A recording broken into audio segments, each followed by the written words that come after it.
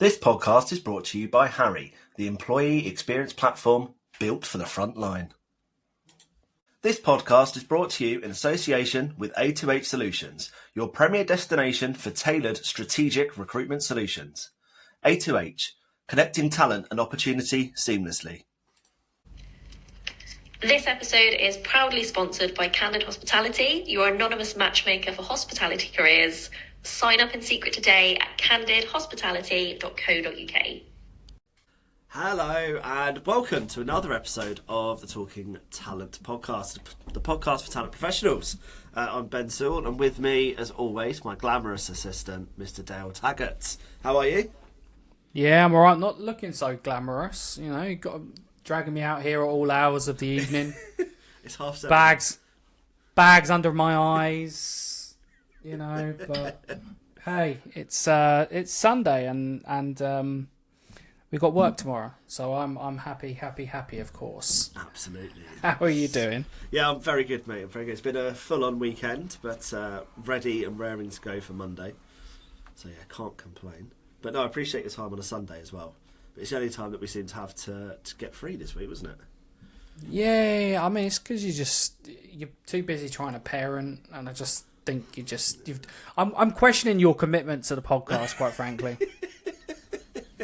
Look, I will do my best, but I will just say the commitment to the podcast is real because we've decided to get some merch. That's my one. For you guys that are watching on YouTube or on the clips, we have two different types of t-shirts that we have made up, and I did shotgun the choice that we will wear to Wreckfest on Thursday, which I'm very excited to go to. So next week's episode will be dedicated to all things Wreckfest, which I know, Dale, you're particularly excited about, aren't you?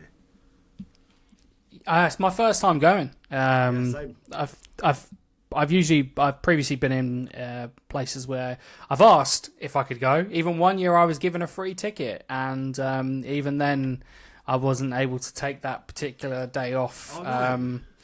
No, I know. And then this time round, she was like, "Is it okay if I go?" Yeah, of course you can. Nice. So yeah, I'm looking forward to it, seeing what it's all about. Obviously, I know there's going to be quite a few familiar faces. My social battery will be completely gone by about 11 a.m. most likely. You reckon as long as that? Fair enough. Because I mean, we're meeting at like 6 o'clock or something, aren't we? So on the train in the morning, so that's going to be fun. Oh yeah. So probably by about 6:15 you'll be done in. Like, earphones in, I can't deal with this. If shades on. Makes sense. But no, I'm really looking forward to it. Have you been It'll be before? A really good day. No, I'm really excited to go. Oh, 2 first timers. I know. I was talking to a couple of other recruiters, and honestly, it's such a good day. You just need to make the most of it. It's very much, the talks are brilliant, and some of the vendors that are going and the panel experts and stuff that do their sort of sets are good. They're very interesting, very knowledgeable. But the main part of it is that networking. It's chatting to people you've not seen for years, getting some ideas from different people that are in rival organisations or competitors, etc. But I think similar to what we do on the podcast is everyone shares their knowledge. Everyone wants to make it better, and obviously that's what we do here as well. So yeah, really looking forward to it. Well, we do share knowledge when we have guests on. The other ones are just filler episodes. No, we don't say filler. We've got some good stuff coming up. And this one, I think, you called it just before we hit record, but we may be a little bit slow to the party. But have you ever heard of the phrase quiet quitting? Love it myself, personally. What, love the phrase or love doing it? I've never done it myself. I don't do anything quietly. No, I think I love it as a concept in a really roundabout way, because it's kind of a juxtaposition to quiet firing, which has been around for a very, very long time, where people just start to shut you out of meetings, and they start to make it a little bit untenable for you. Of course, they do it obviously enough, then that's a whole tribunal case, which, I know plenty of people have gone down that route in the past. But I think, I think a lot of people put it towards, they're always called Gen Z, but let's be honest, we're British, so Gen Z. And I think they have a slightly different mentality to the workplace and careers that maybe us millennials or anyone kind of older than that, the older generations probably had. But I think because they've come into the world of work at a time where everything is just a bit of a mess. Our whole working life has just been one chaos after the other in terms of economics and the financial markets. But I mean, some of it, though, I don't think is actually even quite quitting. I think some of it is actually them just kind of giving themselves a bit more self-respect and sitting back and going, oh, do you know what? Actually, no, I'm not going above and beyond because I'm not going to see anything out of this. And because they may not actually want to quit that job. It may just be the fact that, do you know what? I'm just no longer going to go those extra, do those extra hours, go the extra mile. I'm actually just going to work to rule, which, is it that bad, really? I mean, we can have plenty of conversations about it, but what about yourself? Do you know what? I don't mean to sort of go against you, but I think you've been a little bit, in my opinion at least, I think a bit too soft in that. Because I think the whole kind of quiet quitting mantra is do as little as possible for as much as possible. I feel like that's the general rule of thumb with it. There is exceptions to the rule, I feel, and similar to what you've said. You don't want to go the extra mile. It's about that work-life balance. Company culture, we bang on about it almost every week on this podcast as well. That obviously comes into play significantly. But I think the whole quiet quitting thing, I think, for me, is a really scary, toxic situation to be in. From both sides, whether you're an employee or employer. If you're an employee, why are you quiet quitting? What are you not getting? Have you actually voiced your concerns or your needs or your requirements, whatever it may be, or your wants and stuff? But also from the employer side is, if you've got one person quietly quitting, it goes noticed very quickly, doesn't it? Yeah. I'm sure we've worked with people that have quietly quit without doing that, or they might just be that's their whole behaviour is I work 9 till 5 and that's it. And as you said, don't get me wrong, there's nothing wrong with that at all. You set out your own boundaries. And I know you and I, we've spoken before about how we do just kind of jump in 2-footed or head first at times and get swallowed up by our jobs.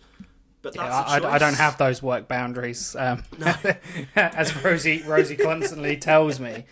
But no, I think you kind of, to pick up on a point you said there, it's have they discussed this or tried to raise concerns beforehand, or have they just decided to clock out after they've noticed some stuff without raising it?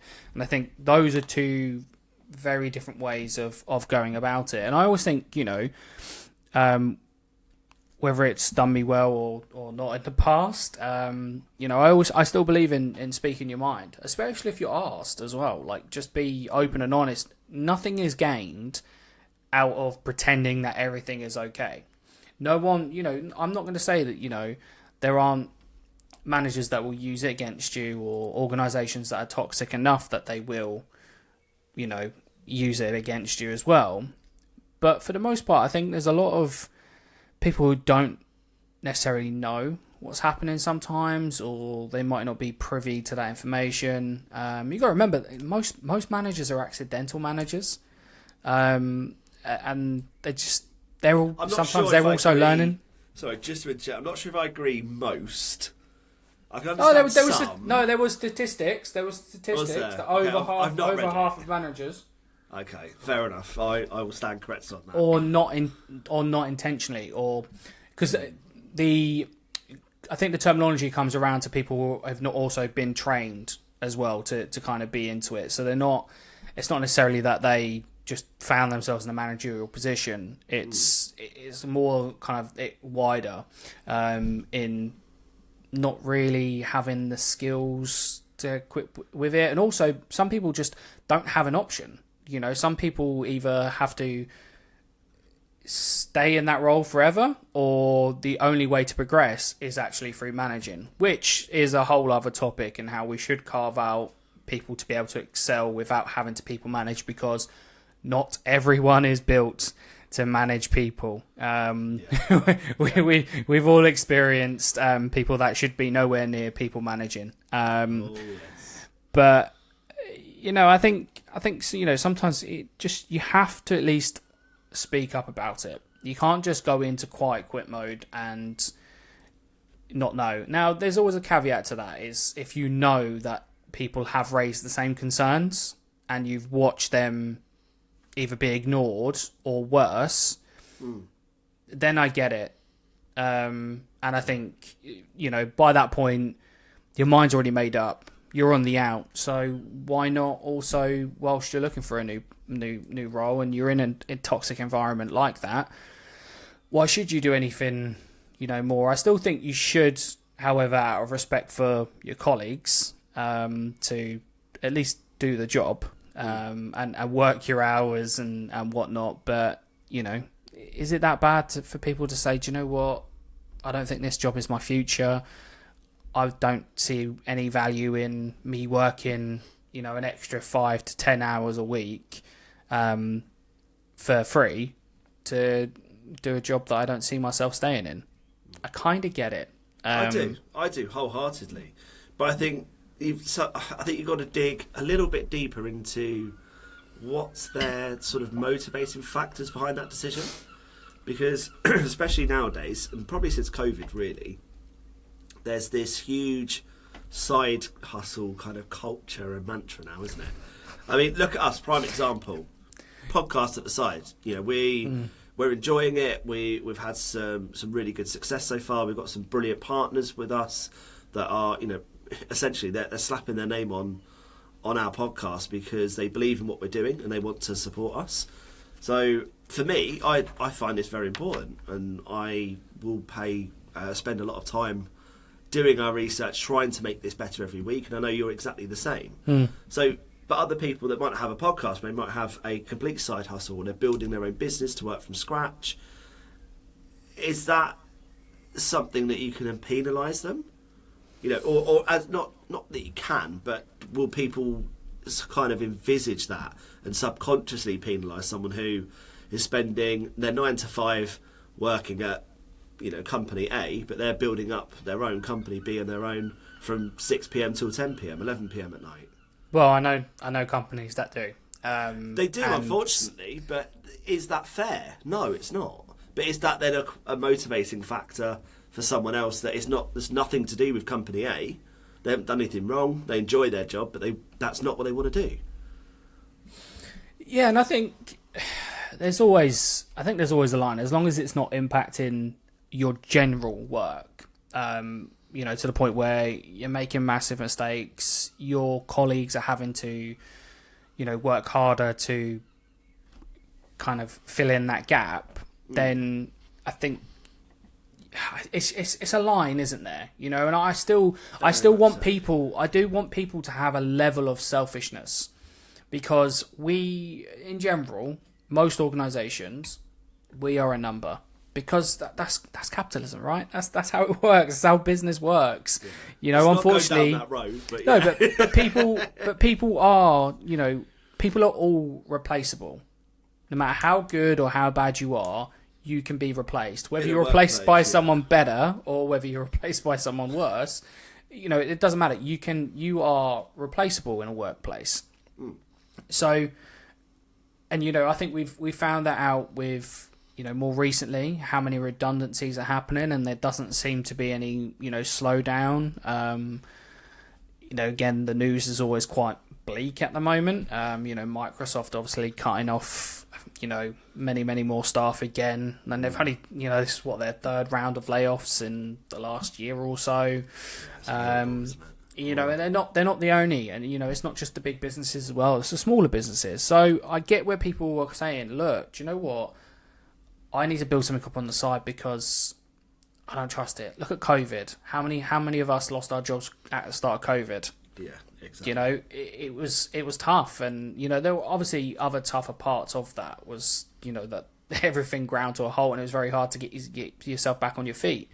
But you know, say you're someone who's maybe been through 2 or 3 redundancies, and I know there are people. You know, I know someone who's been through 4. You know, just unfortunate kind of timing, and you know, the people in those situations, even just after one and maybe a potential of another one, you're going to sit there and go, okay, well, there's no such thing as a job for life anymore. What is job security? So I get it, is what I'm saying. I get the working on it outside of work. I mean, for us, we're not necessarily doing this to make money or whatever else. It was, you know, we're here to, you know, talk about stuff, you know, because we're quite passionate about what we do. But I get when people are trying to make money on the side, to even create a whole business that's going to sustain them going forward, because they may be sick of being just a number and being easily, you know, not even replaceable, but just out the door, see you later. We need to sort out this bottom line and balance the books a bit better, so we're going to get rid of a load of people. Or people who've just been through the mill of just far too many toxic managers and just don't want to work for someone anymore, or don't want to work around colleagues that, you know, again, toxic environments where people look to stab each other in the back. And you know, unfortunate, obviously that's not where I'm at the moment, so I feel quite thankful for that. But I do understand and empathise with people who are in that you know, kind of scenario. But if you look at like some of the bits that dredged up, you know, talking about, you know, not volunteering for extra projects, you know, enforcing work-life boundaries, stopping going through the unpaid overtime. Did we go too far in the workplace in kind of normalising that's just what you should do to just be, you know, a good employee? Do you know what? 100% we did, yeah. And I think there's a fine line between that unpaid overtime and being passionate about your job. You know, you and I, we both say quite openly we're guilty of it at times. You know, I've become a lot better, especially since, you know, having Maisie and things like that as well. My time outside of work is absolutely precious to me now. You know, I don't get much downtime to chill and just relax and unwind and decompress, or whatever you want to call it, whatever buzzword you want to say. But I'll quite happily sit there at 11 o'clock at night and reply to emails if it's coming through.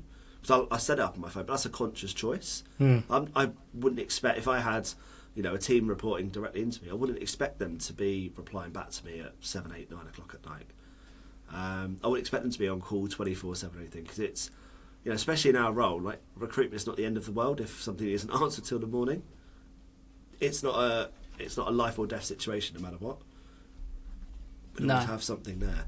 But I think the key thing is, and probably a bit of a hypothetical here for you, but if you've got 1 or 2 people within your team, if it's a small people team, you know, that's what we know, so let's kind of stick to that kind of example. Hypothetically, if you're the manager and you've noticed people have quietly quit, how do you tackle it? Like, what would be, like, in your opinion, obviously you're a bit more kind of, you know, HR savvy than what I am, what would be kind of your plan of action, I suppose? How would you tackle that? Tackle it head on. If you notice it, then you have to but start they're not doing anything wrong. No, but I mean, but when I say tackle it head on, is tackle it. What is the underlying issue? Try and figure it out. Try and understand, because say you're a small team, but like, you know, 30% of that team are seemingly quiet quitting, then that might be an indicator. It might be a complete fluke, and it may be those individuals, and it's just, you know, it's just coincidence.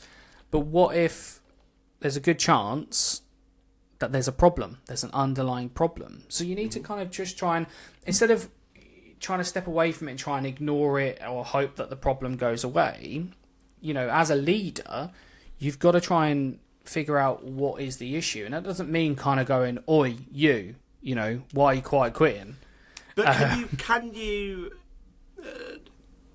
say that to someone? Because we've just said, if you quietly quit, you're not really doing anything wrong. Like, if you're still doing your basics, you're doing your job role. It might not be to the best of your ability, but you're doing your job role, you're turning up, you're showing up. How can you tackle that, or how can you start that? Yeah, but if you're talking about quiet quitting, that's I don't think that is You think all a of little those bit further things. down? Yeah, I think quiet quitting has to be consciously you have decided, potentially that you're out the door or you are looking for other employment. I don't think, because I think some of that can just be down to people setting boundaries. Again, people having kids and deciding, no, I need to be home for bedtimes, or I need to switch off, I need to be more present for my children. That's not quiet quitting. I think quiet quitting is, then that kind of shows that you are checking out, and that's different. And I think you can kind of tell the difference between someone who's, kind of put boundaries in and is deciding, look, I need to draw the line in these certain areas, and these I'm setting boundaries. And then you've got the people who are doing it so they don't get fired, so they're doing enough to not get fired, or to be brought into disciplinary, but they have genuinely checked out. And I think you can ultimately tell this. It depends on how close you are, or how you notice, people and how things are. But again, I think you would really notice it in a smaller team, for sure. And I think then, if it is that kind of level, you do need to be trying to figure out why, because you will then just go in the same cycle. If there is an underlying problem, and it may be your managerial style, or it may be just a wider part of the business that you don't necessarily directly have an impact on, but you've maybe just accepted over time and gone, well, this is just how it is. I've had managers in the past that openly understood that something was wrong when people were raising it to them, but just when I agree, but that's just how it is. And that's it's not. That's so scary. Yeah, and it's not, obviously that's not helpful to people, and people are just going to go, they're going to perceive that as, oh yeah, manager doesn't have our back.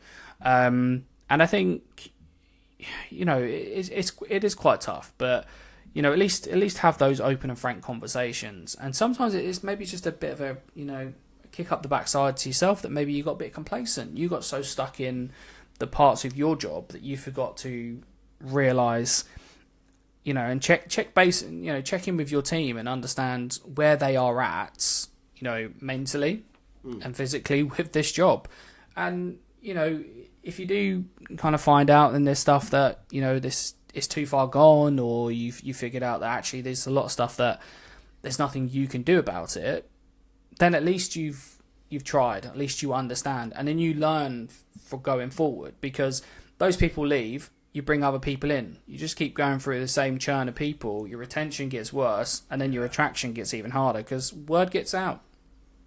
Exactly. I was going to say that kind of leads on quite nicely, because you've got to have, as a manager, you've got to have that accountability, don't you? You've got to be leading from the front. You've got to be setting, again, we somehow link this back every week, but it's obviously a key thing, is we link it back to the culture side. The culture has got to be positive. It's got to be, you set your boundaries, that's absolutely fine, but we need you to put in the effort to do your job, not just do the basics. Do your job description. You're not asking anyone necessarily to go outside of their JD, but I think when you're advertising for a job, especially us in that more TA space, we've got to make sure it's fit for purpose.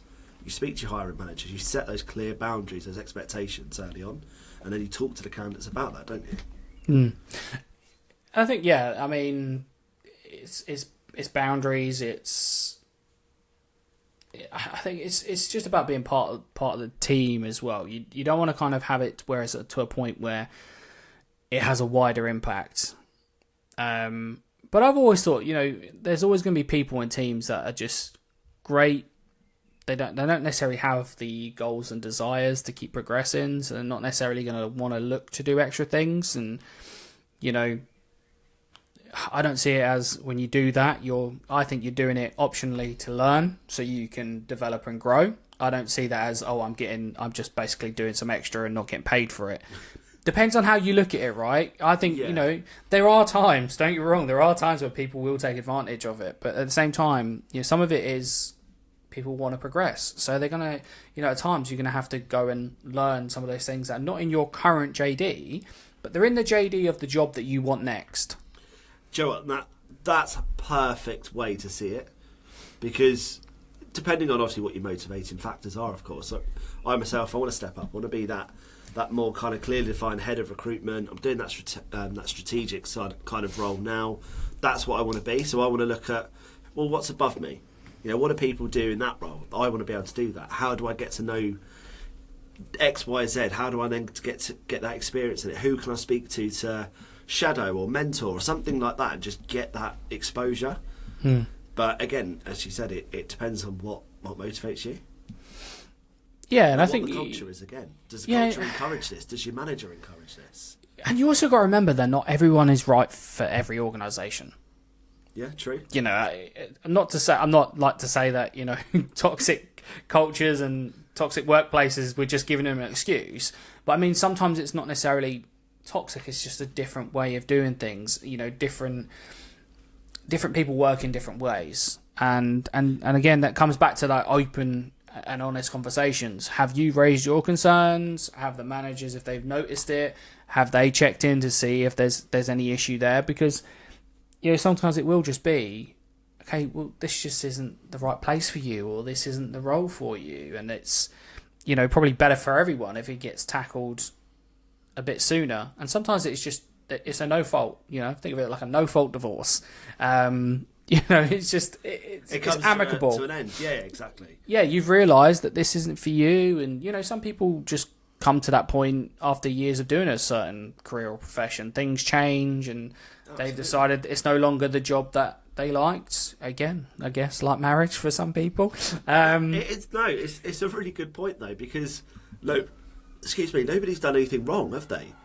You know, the employer could be doing everything right. They've got the support, they've got the guidance, really good positive atmosphere.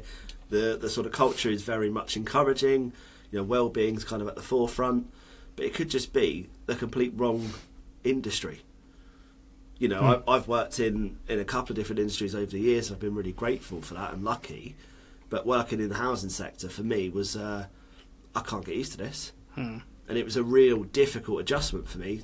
And now I'm back in hospitality. It's hospitality kind of / tech, and it's a new sort of niche of hospitality. All of a sudden I'm thinking, I really enjoy this, and I kind of found where I want to be and what I want to do, and hopefully I can stay there and obviously progress and things like that from that side.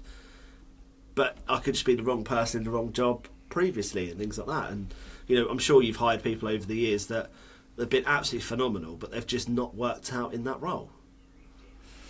I mean, it happens, doesn't it? And sometimes you don't always know. I think you could do everything you want to paint a picture. You know, you bring them in for interviews, and you really do your best to be open and transparent with what the job is and whatnot. But sometimes until you're in it and you're in it every day, you won't always know. And sometimes it's just okay, you know. And I think that's where the shift needs to kind of come, and it comes onto like the point about, you know, we can always bring this back to TA, and we can bring it back in terms of culture and how it impacts our, you know, talent attraction. If we've got too many people who are quiet quitting in the organisation, and there might be a bit of a culture issue there. But then there's also, you know, looking at it in other ways and not having people be judged for short stints on their CVs. Like, I think it's, you know, 100%. I can always see both sides to the argument. I can always see, but I always think open it up to a conversation. Now, of course, the job market is terrible in a lot of professions right now, so I think people are getting undone because people have got too much volume. You know, hiring managers might have too much volume, so they just go in for those things. Of course, there's still the whole negative thing I keep seeing around, and I've heard it countless times and tried to challenge it the best way I can. Oh, the best people are currently employed. No, that's not true. No, you can go after people that are employed, because that is you're opening up another market, you're opening up more potential. Yeah, but the best people aren't necessarily, because it means what you're saying, that the people that have been made redundant or have left a job because it's toxic, you know, they're somehow not. But you know, I see a lot of people still get judged because of short stints of their CVs, and that could just be, you know, redundancy or whatever else. People have been unfortunate. I mean, there's enough businesses that have keep going through these cycles of redundancy, but then I think it's okay sometimes You get into a job, you give it a good crack. It's not what they sold you. The job isn't what was on the JD. The company isn't what they sold it out to be. Exactly. Sometimes it's okay to just say, look, this isn't for me. This isn't, it's better to just cut it now than to carry on, and then your mental health suffers, your work suffers. It creates tension within the organisation. You just don't want that. And I think we should start to think a little bit differently when it comes to how we recruit people. And it does come into all our roles, like to how we work with our stakeholders, and try and move it on along a little bit and say, no, look, this person, don't count them out just because of that, and offer out some other opinions. And you may change, you may change some people's thought processes, but I think it's okay to leave places as well that it's not the right environment. Toxic environments. It's no, that I think that's where we got to draw the line away from the hustle culture. You remember, it was always like, and you still see it, of course you do, because that's what people go on other types of podcasts for and blab on about, and I hear some wild opinions. But we shouldn't be only showing up and doing it 70 hours a week, cutting out our holiday, not taking annual leave, and working long into the evening, sacrificing our social and family lives to do the job, because that benefits no one, because you're going to be burnt out at the end of it. And I think some of those people are probably not even quite quitting, they're just burnt out. I think that's a key factor and driving thing behind the quiet quitting, though, is you are burnt out and you physically can't do it. Quiet quitting is such a broad term. There's so many avenues you can go down with it. So what have we learnt from this, Ben? Is actually quiet quitting is probably not what we all think it is. And no, it's not. It's actually much more complicated. It is very much, and it's hard to spot what quiet quitting. And that's why I asked you earlier, what would you do in that scenario? You instantly just assumed it's someone who's completely tuned out, doesn't care, doesn't just doing the basics to not get fired and not get sacked. But there is so much more to it, and I think it'd be interesting. Any of you guys that are listening at home or on your way to work or whatever, if you are more kind of in that sort of HR advisory kind of capacity, and you have to deal with any of this, from an ER side as well. If this comes into effect, let us know. It'd be really interesting to kind of see what. Obviously, if you can disclose any cases, don't need names, of course, but to understand kind of how that shaped out, how those conversations start. Because I'm sure there's going to be people that are listening that are going, I don't know, how would I broach that subject? So do you do that in your one-to-ones? Would you then raise that through a performance improvement plan or something like that? There's so much more, and it's not a tick box, but there's a process that you would need to follow. But how do we actually acknowledge that and even spot it, I guess, in the first start? So it'd be interesting, anyone that's listening, let us know. Depends on what stage they're at as well, doesn't it? Absolutely, yeah. How do you spot from the beginning, or how do you spot halfway through and actually realise Mr. X or Mrs. Y, they were a top performer a year ago? If it's in recruitment in an agency, they were a top biller, and now they're far from it. They're billing pennies by comparison. Why? What's the change? How do you do that? I think you've got to have those regular reviews, and then you start spotting these trends. But it's not a negative thing. It's to help everybody and benefit everyone, isn't it? Right. So there we go. So you are correct. There we go. I think it's a lovely way to end, I think, really, on that one. Quite a meaty subject, actually. I know when we were talking off air, we didn't think it'd be as meaty as we thought, but I think it's, the more you kind of dig into it, you talk about it, it's a big issue. And I don't think it's always a negative thing. I think it can be a positive trend. Just, you've got to be able to analyse it and harness that and action it in the right way. Yeah, all power to people, who want to do, those things and leave. I think personally, it's not for me. But people can go about their own thing. I always just say to people just to be, as always, in this ever-ending social media bubble that we all find ourselves in. Just be careful how you do it. Probably not best to go on TikTok posting videos about how you're doing it, because our social media footprints are much larger than I think most of us even realise. 100%. So just don't burn bridges and don't upset your future self by being silly about it. But outside of that, look, if a workplace is treating you wrong, doing you wrong, withhold those extra hours. Exactly. You do what's best for you. But yeah. Anyways, thanks for listening. See you next week. See you next week.